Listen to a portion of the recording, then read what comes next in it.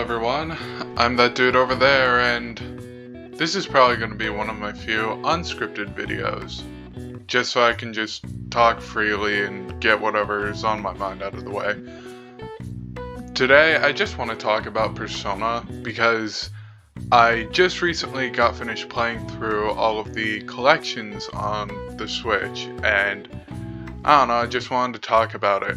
I've been trying to work on a video about it, like, what if this person dies or whatnot, but like, I always found myself at a roadblock, because there's so much about Persona that I like, and I don't feel like I could accurately try and portray something like that.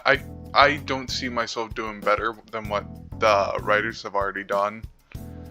So, I mean, I got pretty far into a scripting process once, but like, one of the ideas I had I was originally going to do like, what would happen if Yukiko died, spoiler I guess, for Persona 4, and I would talk about all this stuff, and one of my ideas was, what if Mitsuru became a Persona user, but like, after actually seeing the personality of Mitsuru, I was kind of just not interested in continuing that idea. So I mean, let's just start where I actually played, because this was my first view into the series, and so I might as well talk about where it all started, and I guess let's start with Persona 5. I mean, I have never heard of Persona before, and the only time I actually heard about it was when Smash unleashed Joker. I mean, like, I've heard of Persona stuff before that, but Joker being revealed into Smash was probably my first exposure into Persona. Man, there's gonna be a lot of cutting in this video. I can already feel it. I'm already stumbling on saying so many words and so I played Persona 5 Royal first, because that was the one that was released first for Switch, and then 3 and 4 were to come afterward. And I'm not gonna lie, when I first played it, I thought it was probably one of the most interesting and different experiences I've ever had playing RPG. First off, I was like, when we find ourselves with Sai in the interrogation room, I thought that was kind of an interesting way to start us off into the series, or into the game. And all of the characters on their own are just very interesting, and like, they really caught my eye the first time playing them. Like, I kind of felt sympathetic for Ryuji. An was interesting. Makoto is there, but just playing it on my own, like, I could see why people enjoyed this game. There's a lot of style into it. I loved the all-out attacks and showtimes, and honestly, one of my favorite characters from Persona 5 is just, it has to be Futaba, I think, and that's only because, I don't know, I come from a big family, so when I see a sibling-esque character in danger, I just try and help them whenever I can. And I don't know, I feel like Futaba's journey really kind of resonated with me. I don't know, maybe, I don't know how that is, but not only that, but like, the whole journey of trying to help Futaba was just super fun and interesting. And of course, because of my ignorant dumbass, I didn't see the clearly obvious twist of Akechi being the culprit. There's going to be a lot of spoilers for Persona if you haven't played any of the other games, so I guess this would be your spoiler warning after already discussing so much. So, I enjoyed the original Persona 5 storyline. It wasn't, and when I played Royal with Sumire or Kasumi, whatever you want to say, it was interesting at first. I didn't enjoy it on my first playthrough, mostly because of the ending. Like, I enjoyed everything until, like, probably the end, and I was fine with it. But then when I got to the end, I was kind of just upset. Not because it was over or anything, but it just felt like the game was saying something it probably wasn't trying to say, or I was reading too much into things. It wasn't until later that I fully got, like, a better grip on the Royal ending, and it's fine. I didn't think it was awful. Dude, Maruki has to be one of my favorite, final bosses, or, like, extended final bosses. I mean, there are a ton of bosses I like, but Maruki's up there.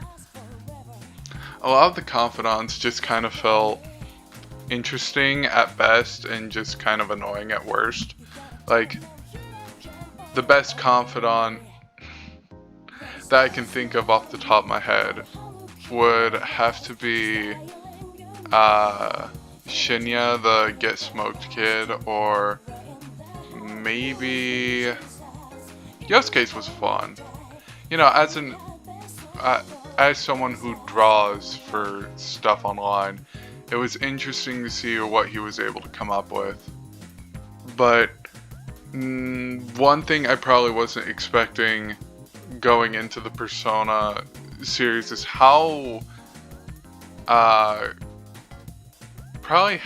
it is, because, like, there are some tropes of anime that are there that I was just kind of unaware of, and then other times it was just like, oh, it could be this really fun story. I don't know, maybe I'm just talking out my own ass, or maybe I'm just being completely closed-minded or something, I don't know. So when Persona 4 and 3 finally came out for Switch, I was excited, you know. I saw Persona 5 and thought, oh wow, this is really interesting, I'd love to see where the roots came from.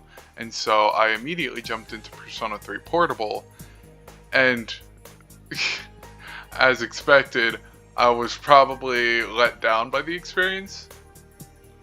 First off, that's on my end. I acknowledge that's kind of my fault. I went in with really high expectations, and then it went from this cool, interesting social sim to kind of something similar to Danganronpa, and it's a text-based adventure.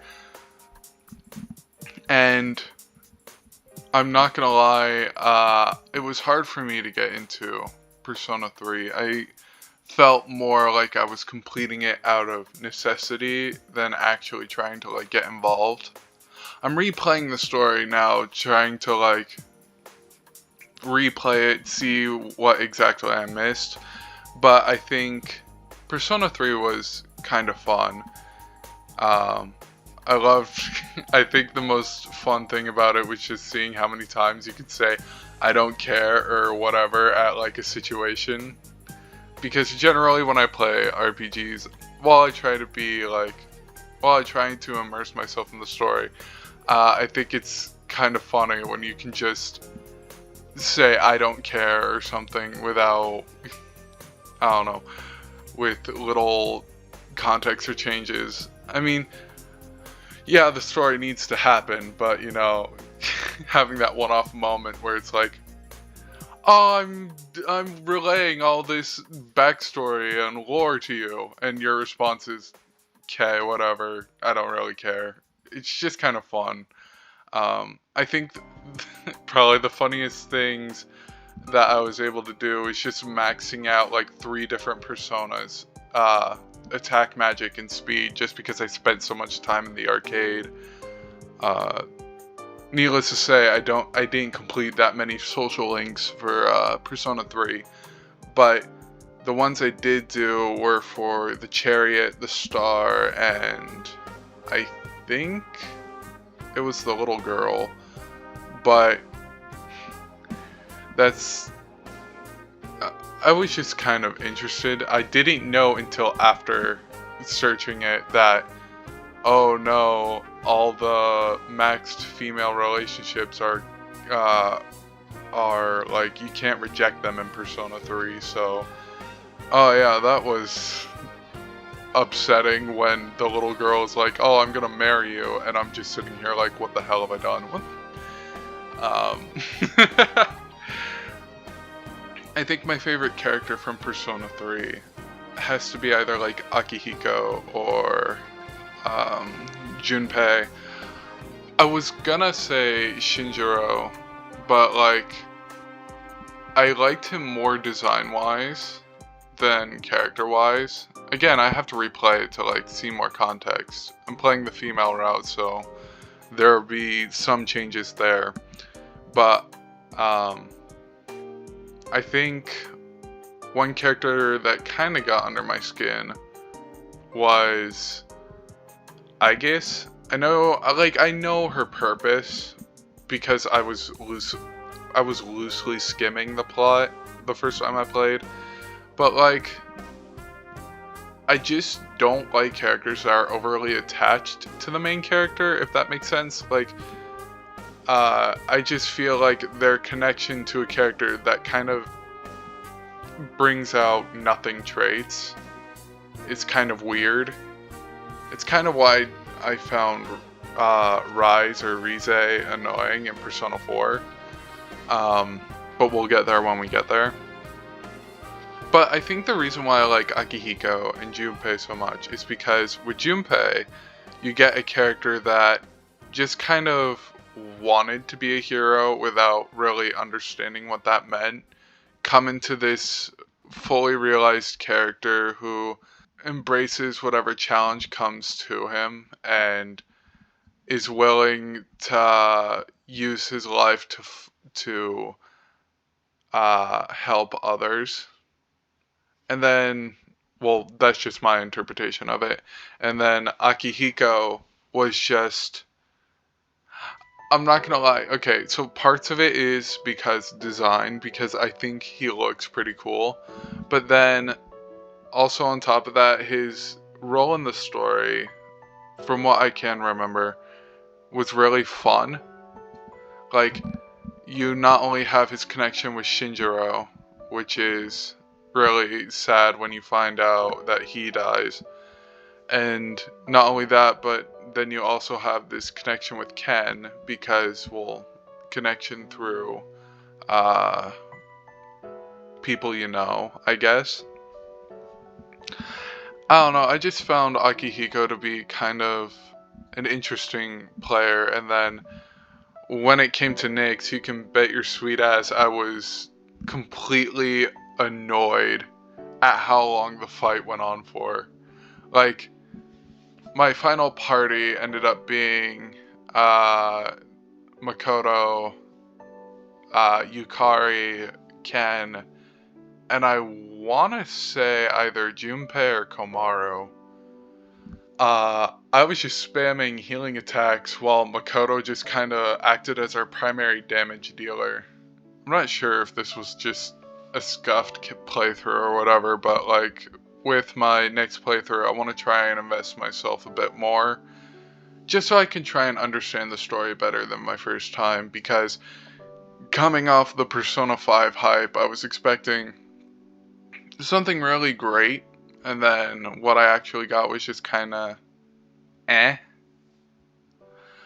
I mean, I from what I've heard of Persona 3, it sounds really fun. Like, the story actually sounds really interesting.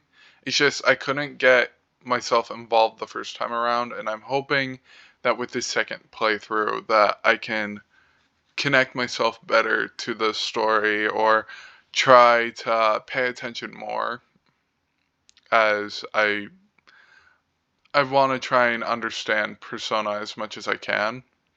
And that just kind of leaves me now at Persona 4 and Persona 4 Golden. And I think the part that initially pissed me off about the game, don't get me wrong, Persona 4 is a great game, but I think the part that initially pissed me off when I was playing through the first time was that choice with Namatame. Basically, Namatame is just getting captured and our gang is confronting him. And of course emotions are running high, and Yosuke is like, we should kill him. Now, of course, I'm just kind of sitting here like, no, let's not kill him, because if we kill him, we're just becoming a killer. And as much as I don't read comics about superheroes, I do agree with the Batman mantra of like, if you kill someone, the number of killers in the world don't really change.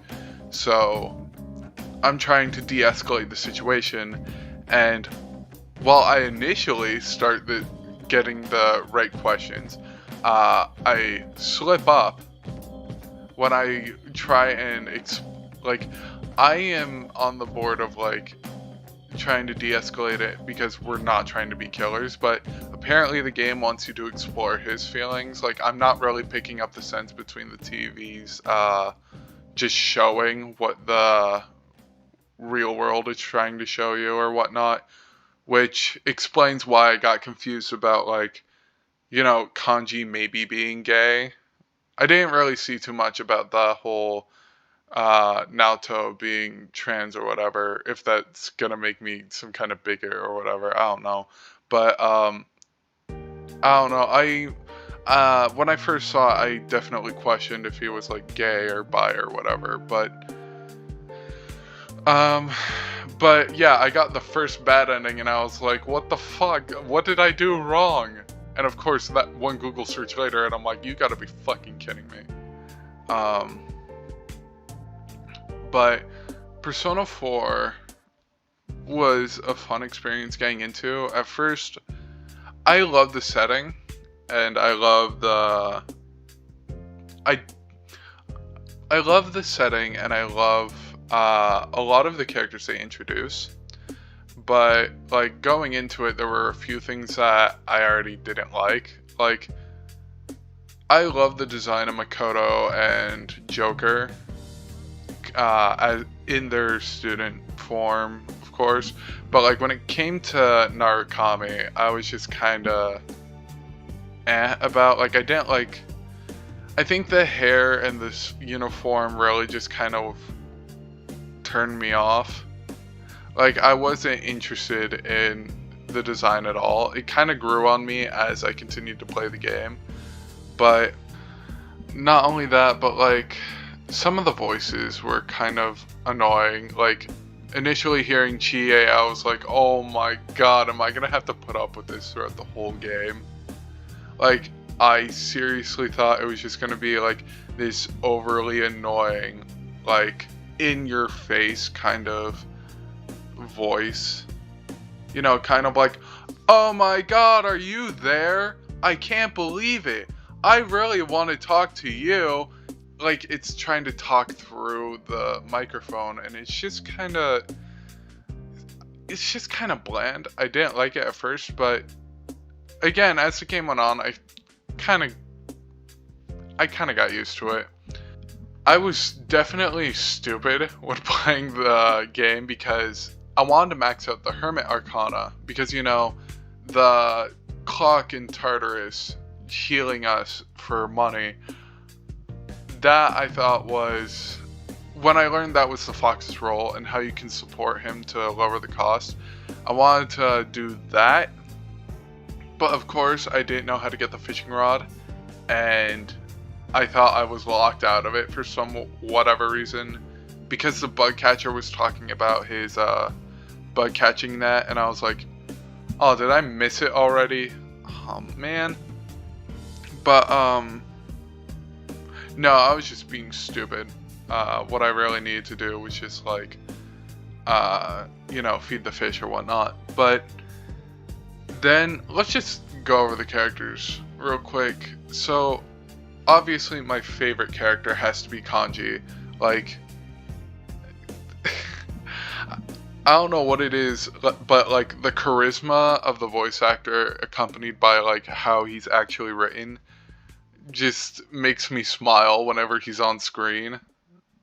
I think he's just like one of the unapologetically best characters, and up there with him has to be like Yosuke or Nanako. But again, Nanako's could just be because of my own biases. I think she's just really cute as a little sister character. But then we get to the more annoying characters, and I definitely think Rize was annoying upon joining the team. Again, I'm not really interested in her dynamic between the player and herself, I guess. Though, going into her social link, I was just kind of in a not care, it's not going to be that interesting mindset, but like actually taking the time to read it, I thought it was really interesting to look at. It wasn't gonna like, oh my god, mind blown, woo! No, it was more of a just kind of, it was fun to look at as a character piece. It really helped me get into the mindset of Rize as a character, but at the same time, her obsession with Narukami is just kind of, I don't like it. But that's of the main cast. Like, I think Dojima, I don't know why, I like the the Hierophant Arcana characters. Like, I haven't seen the old couple for Persona 3, but like Sojiro and Dojima are just probably one of my favorite characters of their game. Dojima is just kind of just responsible in a sense of he's just trying to do the right thing, even though he can't always be with Nanako, and he's always just trying to look out for things. And then Sojiro is just kind of laid back. He's stern and authoritative, but like not in a kind of a hard ass way. He's just kind of been dealt an unlucky hand, and so those kind of characters are really fun to me.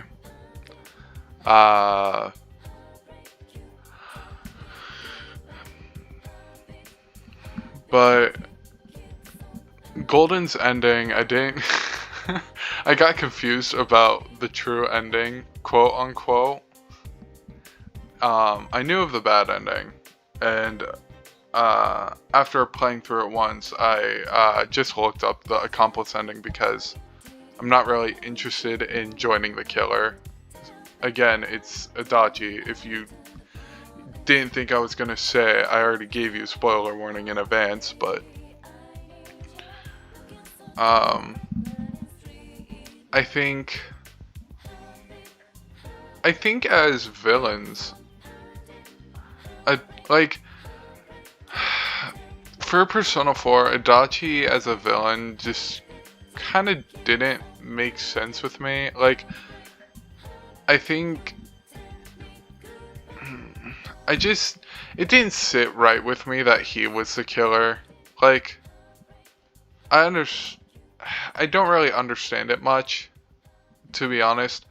I want to say, like, I understand that blah blah blah, but like, to be honest, I really don't. I've heard that he's just like a sociopath, or like he's just kind of bored of everything and wants to spice it up, but like I just don't like that answer, even if it is the truth. I just think that's kind of weak. Like, Namatame as the killer kind of felt interesting as idea, because, you know, he's sympathetic in a way of he just wanted to protect people, and so he thought by throwing them in he'd be saving people, or you know, that savior complex. But Mitsuru was just kind of a bad red herring. Like, it's clearly obvious this guy isn't the killer. And yet, when everyone is like, oh, he's the killer, it's kind of just fucking stupid. And the Amino Seigiri, I think.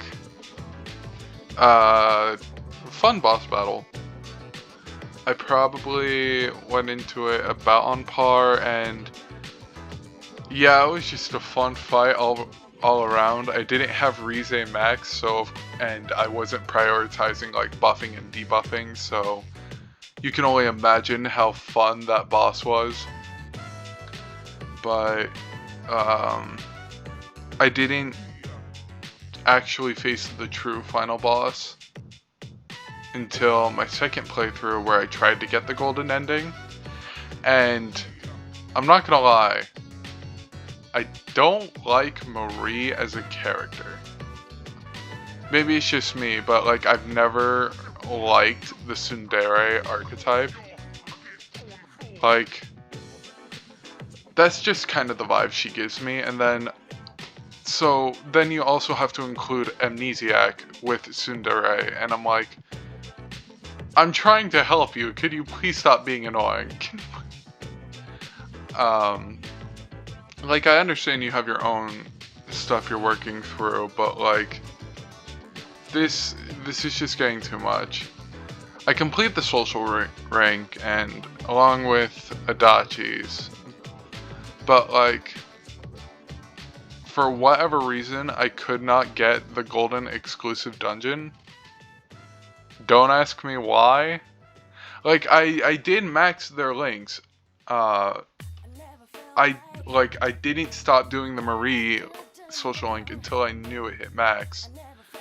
And I was afraid that I didn't finish the Adachi social link when I got the ending. So I was like, so when I went home on that final day, I was like, what the fuck? There was nothing new. And then I learned of the true ending. And then I was like, oh, you gotta be fucking kidding me. But thankfully for me, I made a save before the final days, before the ski trip. So I was just able to reload my save there, finish the social links, and get the true ending. And I'm so glad the Adachi social link ends and you get the other Izanagi from the hunger link, so that way you don't have to do the accomplice ending. But the true final boss I thought was much more fun than Amino. Finally being able to see Myriad Truth and the final form of the original Izanagi was fun. Or, fun's not the right word. Just being able to see it was good on its own. What I generally try to do whenever I finish something is I try to rank it out of 10. Just to kind of settle my thoughts on things. Like, when I beat Persona 4, or let me use a different example. When I saw Puss in Boots in theater, I thought that was a solid movie.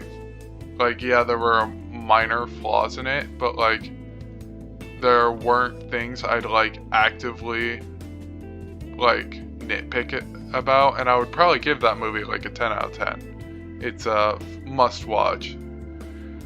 And I did the same thing when I went to see the Mario movie. There were some things that I didn't like, but a lot that I did like. So I gave it like a solid 7 or 8 out of 10. It's a fun movie, but it's like not like, I understand it's not for everyone. There's some things that are just kind of weird.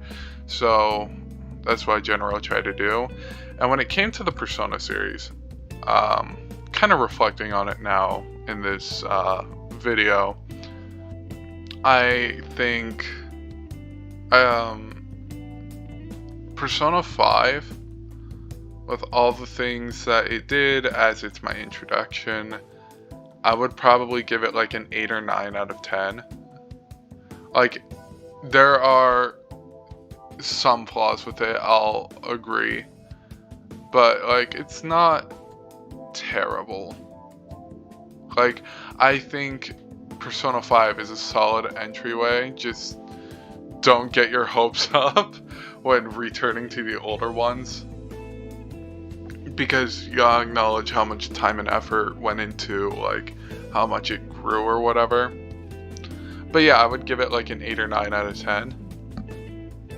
Persona 4, I would give probably like a 7 or 8 out of 10, because it's also a fun story. It's worth getting into. But I feel like one of the things that really holds it back from giving it like a 9 is just like, and this is again like personal bias and stuff, me just not being able to witness the freaking golden path, or small things like Marie or Rize, or just minor things. And then for Persona 3, it's like a 7, maybe a 6, more leaning towards 7.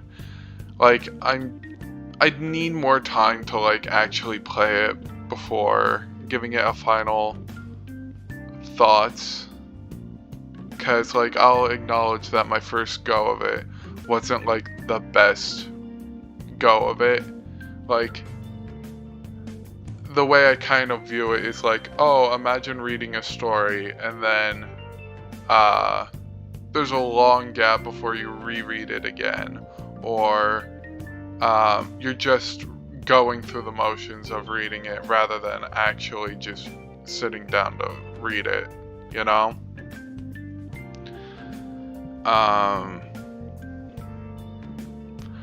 And miscellaneous thoughts as we come to an end of this video. Persona 1 and 2, would love to experience them. Do I have them? No. Will I get them? Maybe. Would I do a video on it? Probably not. Persona 3 remake, or if it's a thing, I don't know what, would definitely be interesting to play. I'm kind of mad that they announced this after I've already played Persona 3 and spent the money to try and play on Switch. Would love to see how they improve it, because I know Fez exists, where they try and go more into how Makoto died. Completely oblivious to that as well when I got to the ending. What else? Persona 5X. Would love to play. I already have other gacha games on my phone, and if this one is any example, I'll just probably have it log into it and log off for the day.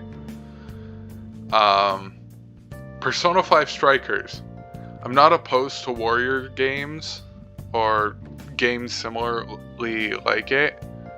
I know of the characters involved, not any of the actual plot about it.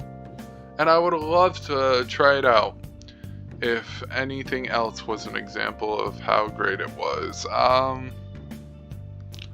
So, yeah, if you like what you saw, leave a comment. Let me know thoughts on Persona and your experiences. Like, what did you enjoy? What did you hate?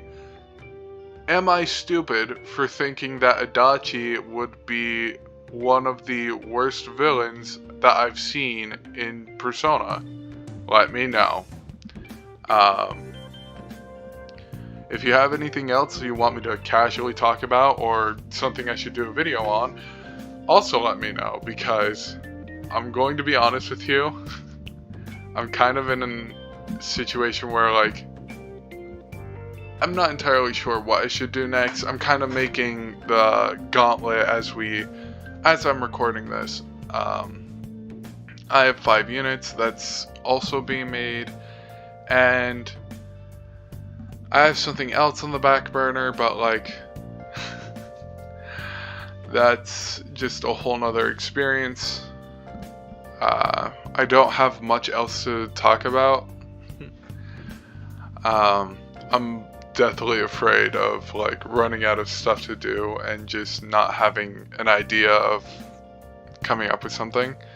So yeah, just let me know, and until next time, stay safe. Until next time, stay safe out there.